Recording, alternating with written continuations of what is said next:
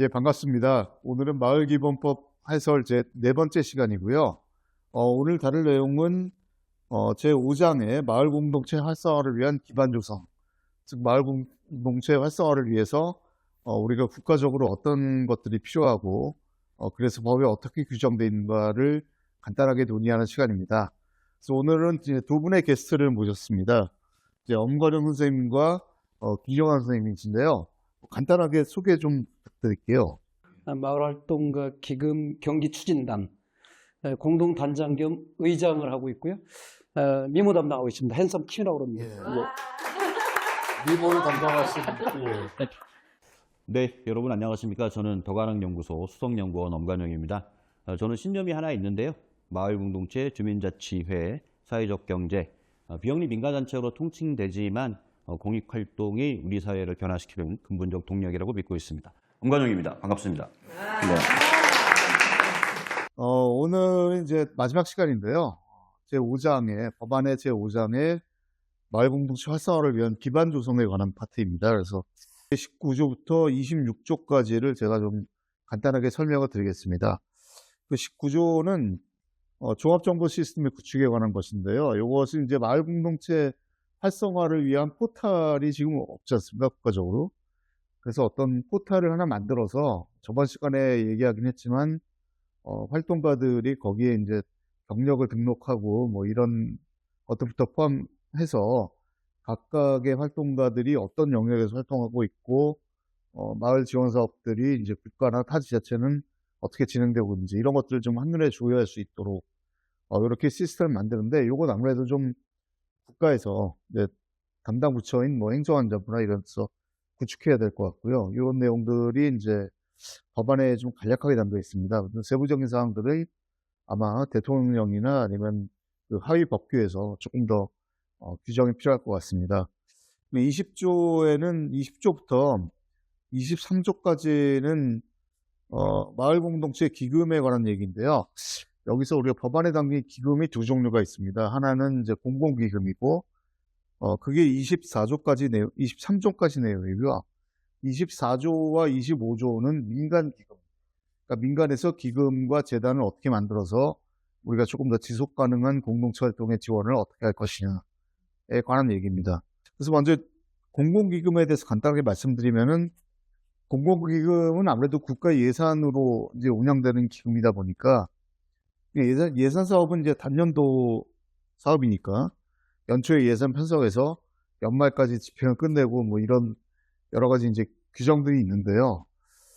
그런 걸 하다 보니까 아무래도 공동체에게 필요한 공동체가 돈을 지출하는 시점과 이 예산의 수립 및 집행 시점이 좀 다를 수가 있어서 좀 어떻게 본의 아니게 이제 정부 쪽에서는 지원을 하지만 공급자 중심적인 이렇게 그러니까 마을 공동체 일정을 감안하지 않고 가는 경우들이 있는데 그런 것들을 극복하기 위해서 이제 기금의 형태로 이걸 조금 더 이렇게 단년도 예산제를 벗어나서 기금을 만든자라는 취지가 있었고요. 그래서 뭐 기금의 용도 21조 기금의 용도, 22조 기금의 운영 및 관리 이 부분은 이제 모든 국가 기금들이 대체로 공통적으로 들어가는 부분이고 23조에서는 국가 기금을 만들 때는 또 기재부의 지침에 따라서 이렇게 기금 운용 심의회를 두게 돼 있어서 이 내용들은 이제 사회연대경제기본법에도 나와 있지만은 동일한 내용이지만은 어떤 기금의 국가적인 관리에 관한 내용이고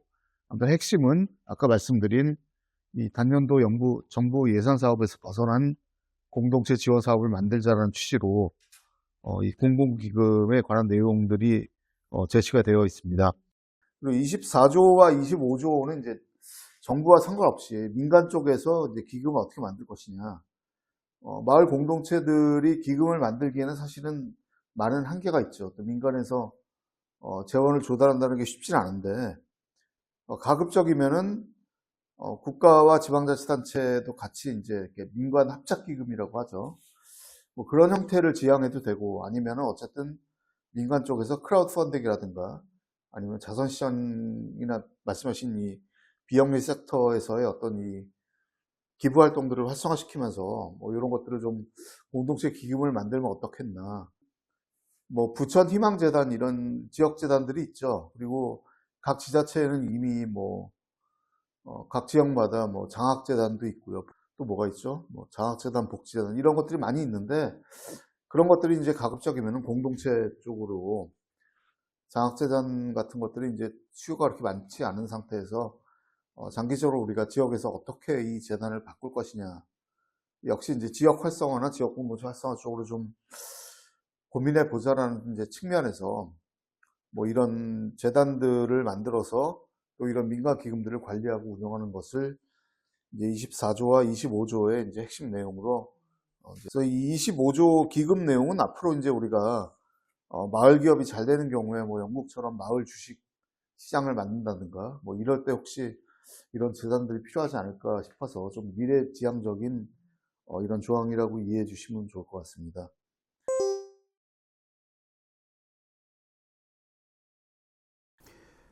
저한테 이제 종합정보 시스템을 여쭤봤는데 제가 답을 하기 전에 두 분께 여쭤보겠습니다. 종합정보 시스템 하면 무엇이 떠오르십니까? 저는 돈 좀 들겠네. 돈 좀 들겠네요. 저는 서울시에서 마을공동체지원센터나 사회적경제지원센터 같은 것들이 폐지되면서 그때 가기 홈페이지에 들어있던 것들이 다 날아가 버린 거거든요. 없어졌어요. 기록이. 그래서 민간에서라도 뭔가 기록자 저장소를 하나 만들어야 되는 게 아니냐. 근데 이거 민간이 무슨 돈이 있어서 그걸 단체 운영하기도 힘들 텐데 그거를 영구적으로 보존할 수 있을까? 결국 국가기록보존소처럼 국가가 그런 종합정보 시스템 같은 것들을 아카이빙이 필요하다. 그거 필요하다고 생각을 했습니다. 일단 돈이 많이 들어간다. 그렇죠. 초기 비용은 상당히 들어갈 수 있는데요. 한번 잘 만들어 놓으면 이게 1년, 2년, 3년, 10년까지 가면서 그 비용을 다 상쇄하고 남을 만큼 남는 아카이빙 저장소가 되는 거라고 저는 생각을 하거든요. 예. 달리 말하면 대한민국 정보화 수준이 현재 저는 거의 전 세계에서 탑인데 각종 관리하는 주체가 다르다는 이유로 또 그것을 그 주체가 뭐 지방자치단체냐 정부냐에 따라서 각각 산재되고 분리되어 있는 건데 마을공동체 기본법이 만들어진다고 하는 거는 이 법화에서 수행되는 모든 행위의 활동의 결과물은 여기에다 모은다 라는 거고 제일 좋은 건 여기 플러스 그 법안 내에서 시행되는 모든 기획부터 결과, 활용방까지 다 담는 게 가장 좋죠. 돈이 초기에 상당히 들어간다 하더라도 그거는 2, 3년 내에 그거를 만들지 않았을 때 생길 수 있는 비용을 다 상쇄하고도 남기 시작한다. 활용도도 굉장히 높아지고 왜냐하면 단순한 홈페이지가 아니고 이 법에 규율하는 모든 행위를 담을 수 있는 아카이빙 저장소, 플랫폼 이런 것들이 돼야 된다라는 게 기본적인 생각인데 서울 마공이 기존에 가지고 있었던 시스템은 홈페이지예요. 근데 경기도 마을공동체가 가지고 있는 홈페이지 산하에는 여러 가지 플랫폼들이 있어요. 그것도 되게 많이 분리되어 있습니다. 사실 하나로 통합되어야 하는 플랫폼들이 굉장히 분리가 되어 있기 때문에 국가 차원으로 확장했을 때 단일한 플랫폼 내에서 가장 저비용 고효율로 운영할 수 있는 시스템을 구축을 해야 된다. 그것이 마을공동 기본법상에 나와 있는 종합정보 시스템이 만약 구축된다면 제가 생각하는 기본적인 방향입니다. 훌륭하십니다. 희망이 보입니다. 그거 안 되면은 엄건우 선생님 책임지는 거로다. 네, 물론 법안을 만드는 것까지 책임은 지지 않겠지만 단일 플랫폼 내에서 안정적으로 운영하는 거를 우리 시민의 눈으로, 주민의 눈으로, 마을 공동체 활동가의 눈으로 계속 감시를 해야 된다. 그 감시 책임이 저한테 있다면 4천만이나 5천만 분의 1 정도 있다고 저는 생각을 합니다. 뭐 좋은 말씀이십니다.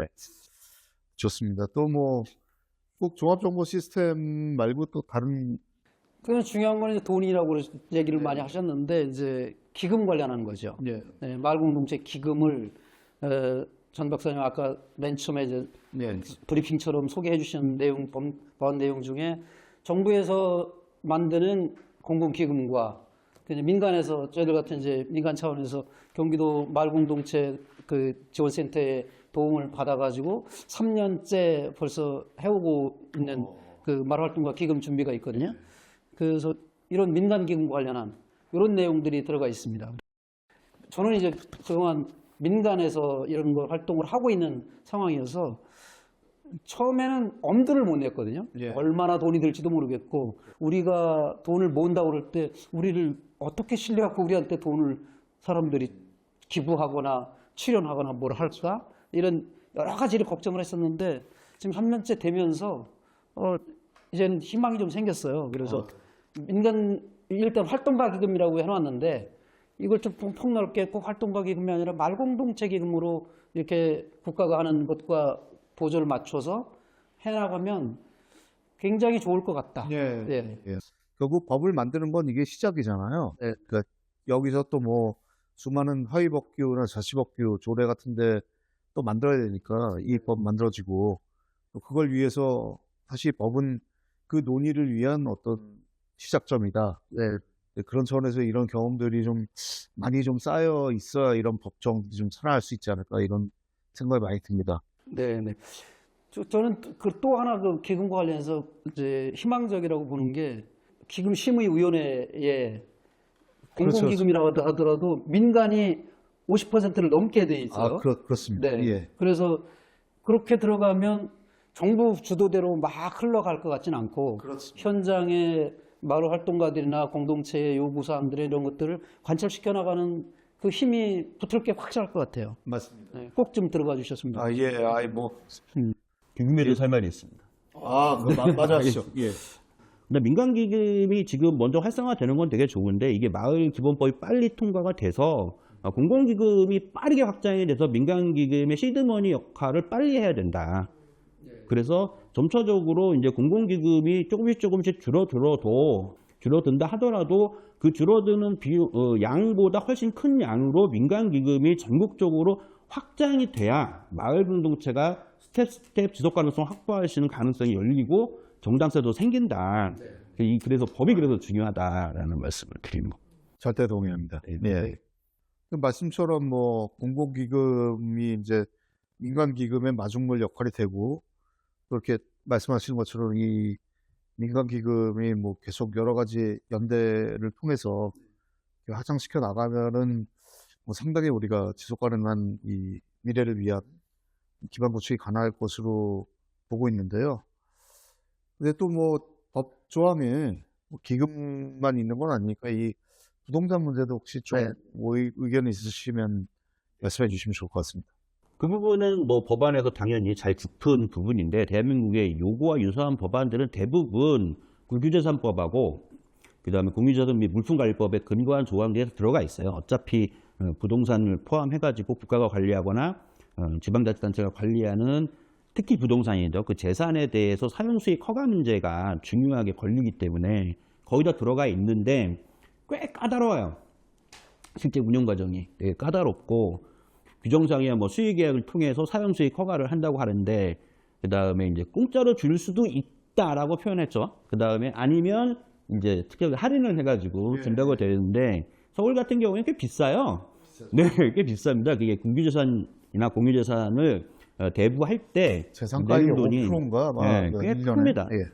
꽤 크고 근데 특히 문제는 뭐냐면 이제 인구가 계속 줄어들고 있고 빈집 문제가 굉장히 문제가 많단 말이에요. 그래서 기존에 있는 공유지 외에 상상력을 좀 넓혀서 지역에서 그렇죠. 지역에서 이미 폐허가 되고 있는 명백히 비어 있고 앞으로도 그 공간을 누구도 사용하지 않을 건데 국가나 지방자체에 사들여서 그거를 다시 이렇게 사용하게 하는 방식을 결합을 시키는 게 고민이 필요하다. 이게 그게 사회 문제 해결이잖아요. 로컬 단위에서 가장 큰 문제 중에 하나니까. 그렇죠. 슬럼화되는 거를 방지하는 거죠. 네. 근데 실제 말씀하신 대로 현장에서 뭐 수의 계약을 하고 싶거나 이런 걸 빌리고 싶어도 예를 들면 아까 뭐 서울에서 뭐 빈 동사무소 건물 그 뭐 재산가 20억 뭐 사용료 1억 이런 못 내잖아요, 사실.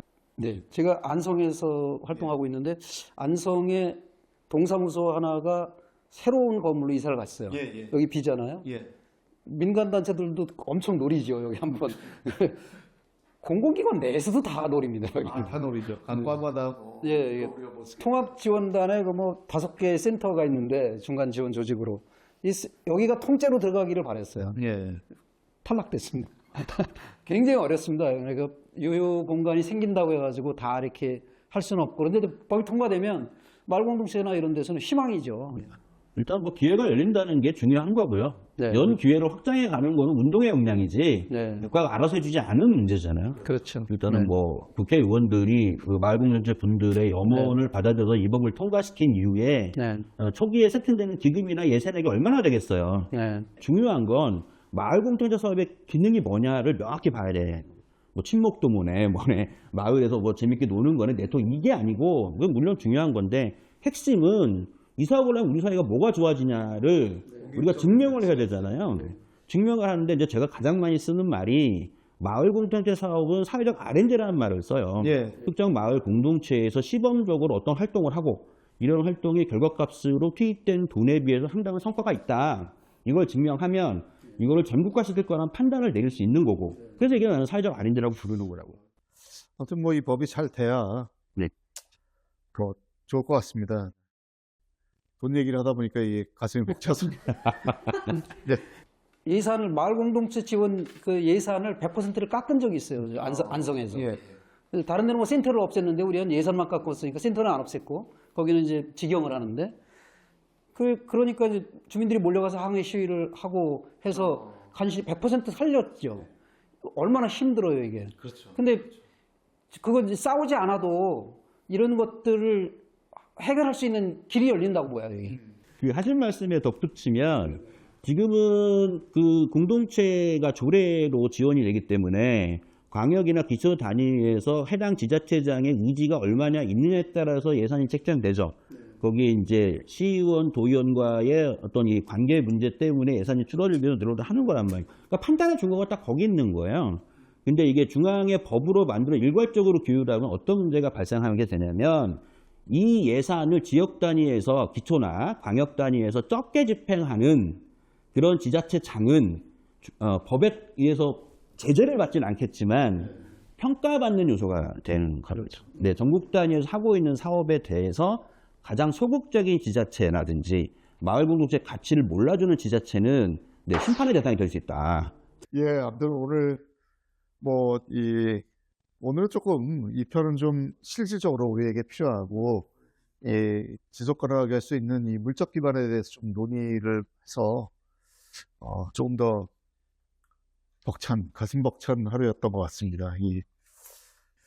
오늘 이 정도로 이제 마치도록 하겠습니다. 그동안에 이 마을기본법 저희 관련 내용들을 주의 있게 들어주시고 관심 가져주셔서 감사드리고요. 저희가 이거를 계속 찍은 이유는 사실 이런 시도를 통해서 이제 우리가 앞으로 계속 공동체가 어떻게 나가야 되고 무엇을 해야 될지 그리고 국가적으로 제도적으로 무엇이 필요한지 이런 공론의 장을 이제 앞으로 만들면서 법 제정 한 번으로 끝나는 것이 아니라 지금부터 우리가 새로 시작한다는 생각으로 이렇게 기획을 하고 촬영을 하게 되었습니다. 그래서 그런 취지들에 따라서 이렇게 좋은 말씀들을 많이 들어서 너무 감사드리고요. 얘기 많이 하면 뭐합니까? 이 정도 마치시죠. 고생들 많으셨습니다. 예, 수고하셨습니다. 예.